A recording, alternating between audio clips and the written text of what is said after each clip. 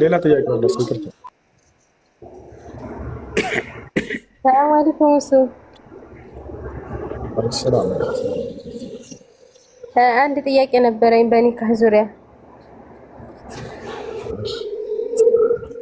እኔና ልጁ እዚህ ሀገር ሆነን ቤተሰብ የተራራቀ ስለነበረ በስልክ ይቻላል ተብሎ ኒካህ ታሰረ። ውክልና የተሰጠው ሰውዬ ግን አናውቀውም። ያኔ ወንድሜ አያውቀውም። አሁን ጥያቄው አንተ ጋር የሆነ ጥያቄ ሲጠየቅ ሰማሁ። ውክልና የሚሰጠው ሰው ከኢትዮጵያ ጀምሮ የሚያውቀው ካልሆነ ኒካሁ አይጸድቅም፣ ትክክል አይደለም የሚል ጥያቄ ሰማሁና መጣሁ አንተ ጋር። እንዴት ነው ይሄ ኒካህ የሚሆነው? ይበቃል ወይስ አይበቃም?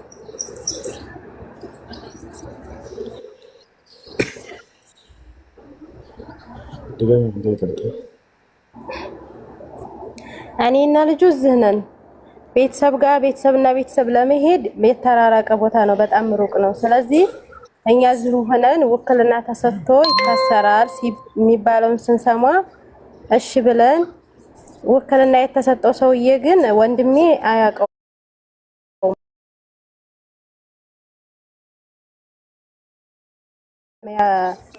ከኢትዮጵያ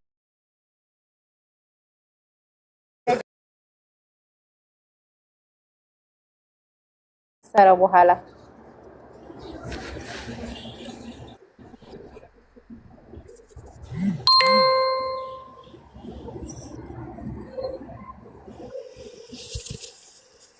ውክልና የሚሰጠውን አካል ማወቅ አለበት። ለማያውቀው ሰው ውክልና አይሰጥም። በዚያ ከሆነ ኒካህ እንደገና መደገም አለበት።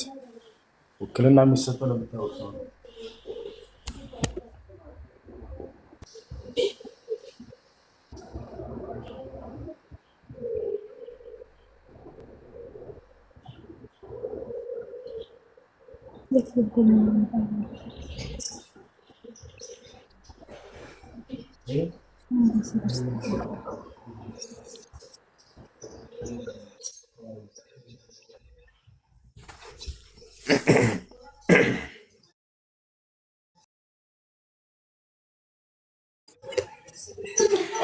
ሰላም። ቅድም ገብቼ ነበርና ጥያቄ እየመለስክ ስለነበር አወጣኸኝ። አስወጣኸኝ? አዎ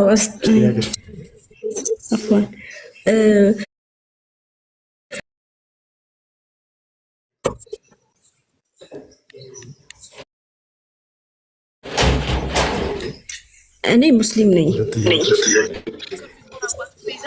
እሺ እኔ ሙስሊም ነኝ፣ ግን ለ7 ዓመት ሙሉ መጀመሪያ ቤት እያለሁኝ ሰላት ሰግድ ነበረ። አለባበሴንም በስርዓቱ ነበረ የምለብሰው።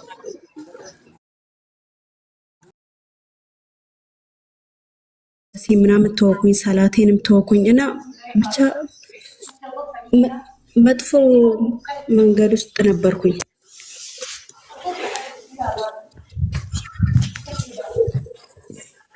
መጥፎ መንገድ ውስጥ ነበርኩ።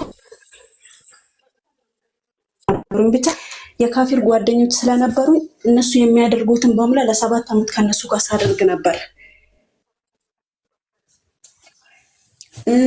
በዛ ላይ ደግሞ ጾም ያልጾምኩት ከዚህ 7 ዓመት ያልጾምኩት 2 አለብኝ።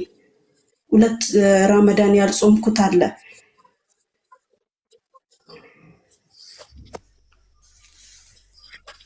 እና ይሄ እንዴት አድርጌ ነው ማውጣት የምችለው?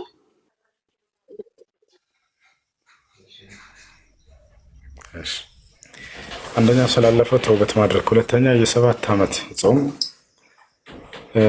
ማውጣት ላንቺ በጣም ይከብዳል። የ7 ዓመት ሳይሆን 2 ነው። 2 ነው ያለብኝ ከ7 2። እሺ ስለዚህ 2 ወር ተከታታይ ወይንም እያቆራረጥሽ መጾም አሁን ከታውጭ። እሺ እያቆራረጥሽ በሳምንት 2 ቀን 3 ቀን ሊሆን ይችላል እያደረግሽ ቀስ እያልሽ እንደዚህ መጾም ትችላለሽ። እሺ ሁሱ ከቴዲ አፍሮ ዘፈን የቱ ተመቸ ይላል። አንተን ብሎክ ማድረግ አይ ጥያቄ አለ። ቀጥታ ሰላም አለይኩም። ሰላም። እንትን እኛ ሰፈር ላይ ሱፊይ ምናምን ይባላሉ። ሱቢ ሲሰግድ ምናምን እኛ ተከትለን እንሰግዳለን። ሱፊይ ነኝ ምናምን ይላል። ከዛ እንትን 2 ረካ ከጨረሰ በኋላ አላሁመ ህዲና ብሎ ዱዓ ያደርጋል። እኛ እዛን ሰዓት ምን ማድረግ አለብን? ሱፊይ ነኝ ምናምን ይላል። እናንተ ዋሃቢይ ናችሁ ምናምን ብሎ እንትን ይላል። ተከትላችሁ አትስገዱ። አህባሾች እነሱን ተከትሎ መስገድ አይቻልም። አህባሽ ነው እሱ አህባሽ ነው፣ ግን ዱዓ ያደርጋል። 2 ረካ ከጨረሰ በኋላ ዱዓ ያደርጋል። ያ አኺ አይቻልም። በጥቅሉ አህባሾችን ተከትሎ መስገድ ከዚህ በፊት ተናግሬያለሁ። በአላህ ላይ የሚያጋሩ ናቸው። በግልጽ የአላህን ባህሪያቶች በግልጽ የሚክዱ ናቸው። በተለይ በዚህ ዘመን ያሉት አላህን በግልጽ የሚሳደቡ ናቸው። ስለዚህ እነዚህን ተከትሎ መስገድ አይበቃም። እሺ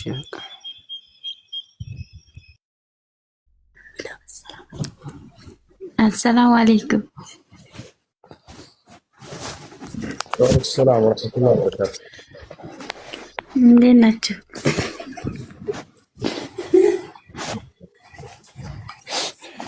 ባህላን ያለ እሺ ቀጣይ ጥያቄ አለ።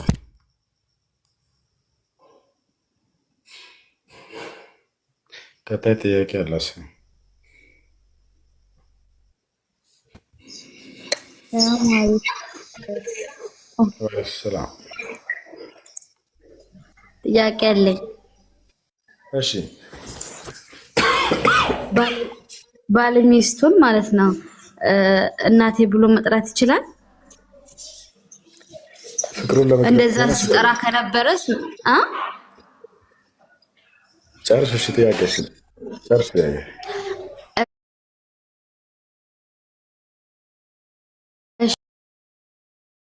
ከነበረ ትክክል ካልሆነ ለኒካ ላይ ችግር ያመጣል? እሺ ምን ታድርጊሽ? እሺ ባል ሚስቱን እናቴ ብሎ መጥራት የሚለውን በተመለከተ ፍቅሩን ለመግለጽ ከሆነ ችግር የለውም። ፍቅሩን ለመግለጽ ባል ሚስቱን የኔ እናት ብላት እርሷም የኔ አባት ብትለው ችግር የለውም፣ ይቻላል። ነገር ግን ከዛ ውጭ ከሆነ ኒካን ለማውረድ ታስቦበት ከሆነ ይሄ ኒካው ይወርዳል። የዛኔ ፍቅሩን ለመግለጽ ከሆነ ግን ችግር የለውም። አይ ለኒካ ለመውረድ ሳይሆን ዝም ብለን ያኔ ሲጠራሩ እንደዚህ ብሎ ቢጠራሩ ችግር አለው ለማለት ነው። እሺ ለሁለተኛ ጊዜ ልድገም። ፍቅሩን ለመግለጽ ከሆነ የኔ እናት ያለት ችግር የለውም። ኒካን ለማውረድ አስቦ ከሆነ የዛኔ ያ ኒካ የሚወርደው። እሺ አመሰግናለሁ። እሺ አቬኔዘር ጥያቄ አለ? ሰላም ብያለሁ። ሄሎ ወንድሜ እንዴት ነህ? አለ አልሐምዱሊላህ ደህና ነህ? ጥያቄ አለኝ። እሺ ጥያቄ ምንድን ነው? በረመዳን ቀን ፍቺ ይወርዳል? አዎ ይወርዳል። ኦኬ ቴንክ ዩ ሶ ማች። ሰላም አለይኩም። ወአለይኩም ሰላም። ጥያቄ ነበረኝ አንዴ ከተመቸ ይቻላል?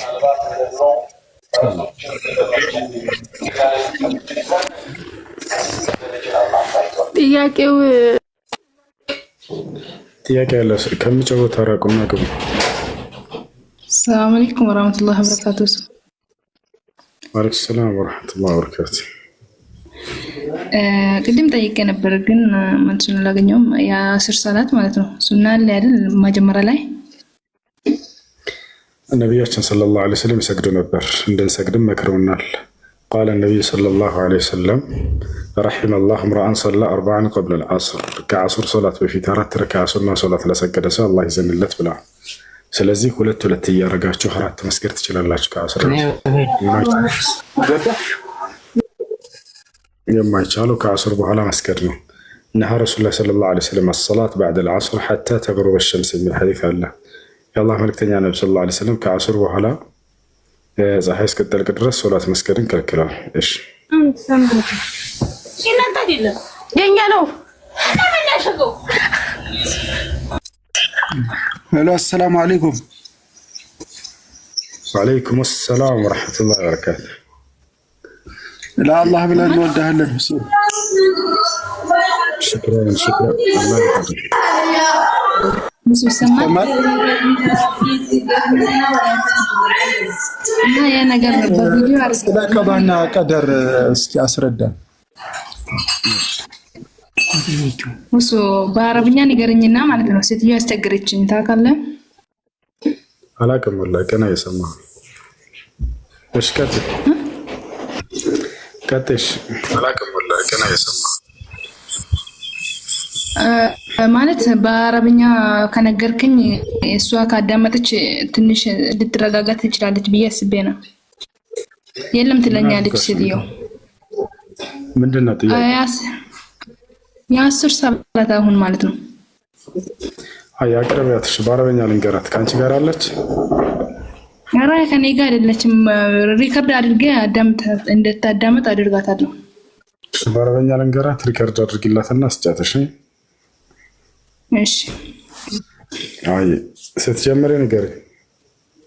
ጀምሬያለሁ ወላሂ በይ። እሺ ما يتعلق ب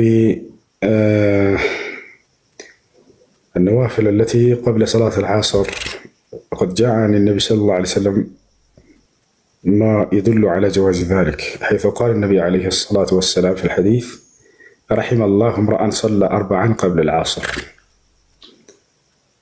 بل حتى دعا النبي صلى الله عليه وسلم لمن صلى 4 ركعات قبل صلاة العصر، وذلك يكون بعد الأذان إلى الإقامة، يعني ما بين الأذان والإقامة.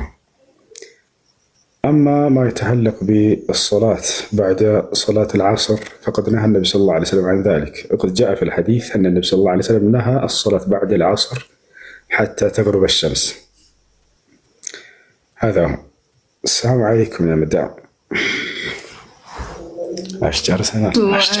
እና ያ ሰላት ማለት ነው አዛን ሳይወጣ በፊት ነው የሚሰገደው? ላ ከአዛን በኋላ ነው እንጂ አዛን ከተባለ በኋላ እስከ ይቃም ድረስ ባለው ጊዜ 10 ሳይሰግድ በፊት መስገድ ነው ማለት ነው። ምን አለ? አዛን ከወጣ በኋላ 10 ለመስገድ እና አንድ ጥያቄ ነበረኝ። እሺ አንድ ጥያቄ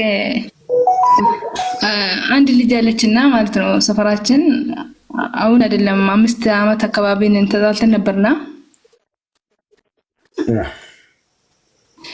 እና የሆነ አዲስ ሰምቼ ነበር እሱና የአንድ መጣላት ከሰው ጋር የተጣላ ሰው እንትኑን ካልፈታ ችግሩን ካልፈታ 3 ቀን ካለፈ በጣም ስራው በሰማይና በምድር መሀል ይቀመጣል አይሄድም የሚል አዲስ ሰምቼ ነበር።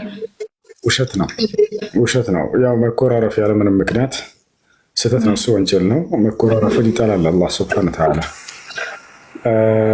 አንድ ቤት አድርጉ እስክጨርስ ቤት አድርጉ። ነቢያችን ሰለላሁ ዐለይሂ ወሰለም ሐዲስ ላይ ሲናገሩ ምንድን ነው ያሉት?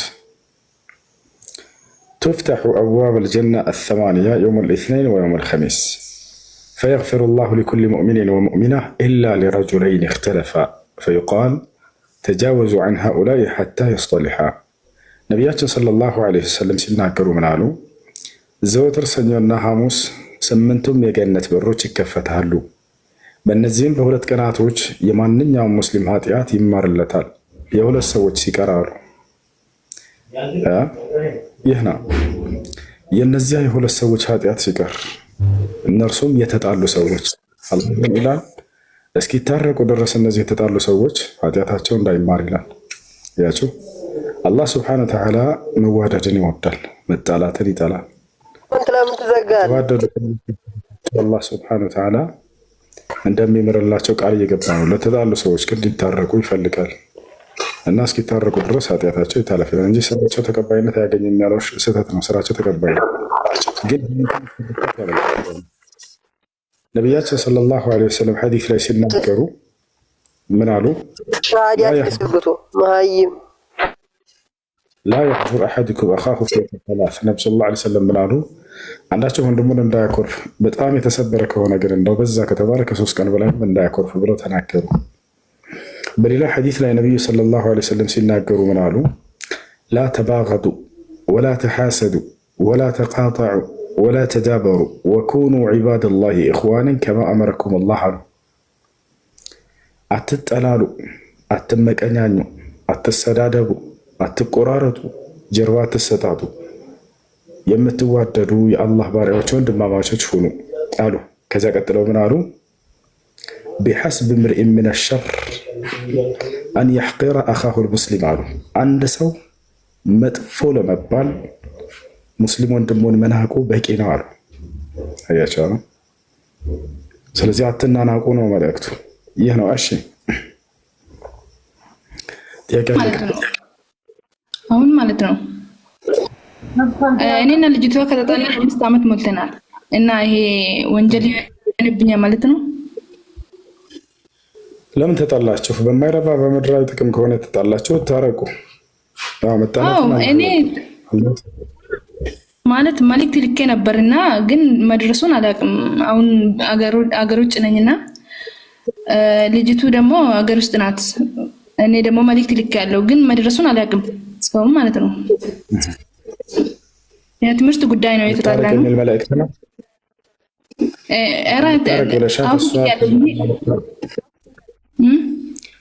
አንቺ የምታረቀው ፍብልዬ ያለሁ ብለሻት ልከሽላት እርሷ አልፈልግም ካለች ከአንቺ ምንም ጥፋት የለብሽም ከዚህ በኋላ አይሽ። ኧረ እሷ እንታረቅ ብላ ነበረችን። እኔ ደግሞ መታረቅ እንደ ሽንፈት ነው ማስበው እና ከዛ እምቢ ብዬ መጣው እዚህ ማለት ነው። ከመጣው በኋላ ይሄን ሲሰማ መልእክት ላኳት። ምን እናድርግህ ከዚህ በላይ በቃ ይቅርታ ጠይቂያት ወይ እሷ ከጠየቀችሽ ይቅርታ ተባባሉ። አስቀድሞ በማይመች ኔትወርክ ጤሎ እንትን እኔ ያገባሁት ረመዳን 6 ቀን ቀርቶት ነበር ማለት አሁን ዘንድሮ ሲጋባ እና 6ቱን ቀን ደግሞ 3 ቀን ድረስ አይድ ነበርኩኝ። ከዛ 3 ቀን ያለው ከዛ ረመዳን ገባ። ከዛ ረመዳን በተያዘበት በሁለተኛው ቀን ምናምን ሱር አዛን ከተባለ በኋላ ሱቢ ከሰገድነ በኋላ ማለት ግንኙነት ተፈጥሯልና እኔ 60 ቀን መጾም እንደሆነና 60 እንትን ማስፈጠር እንደሚባል አውቃለሁ። ከዛ እሱን ማድረግ ደግሞ አልቻልኩም ነበረ። ለመስጊድ ከአላህ ጋር ተገናኝቼ መስጊድ ያለውበት አካባቢ የሆነ መስጊድ ሊሰራ ነበር። ከዛ ከሱ ጋር ከአላህ ጋር ተነጋግሬ ለመስጊድ የሆነ ሰደቃ ሰጠውኝ ማለት። አሁን እሱ እንዴት ይታያል ነው እሱም ሳነግረው ምናምን እኔ በራሴ እንደዛ አድርጌያለሁ።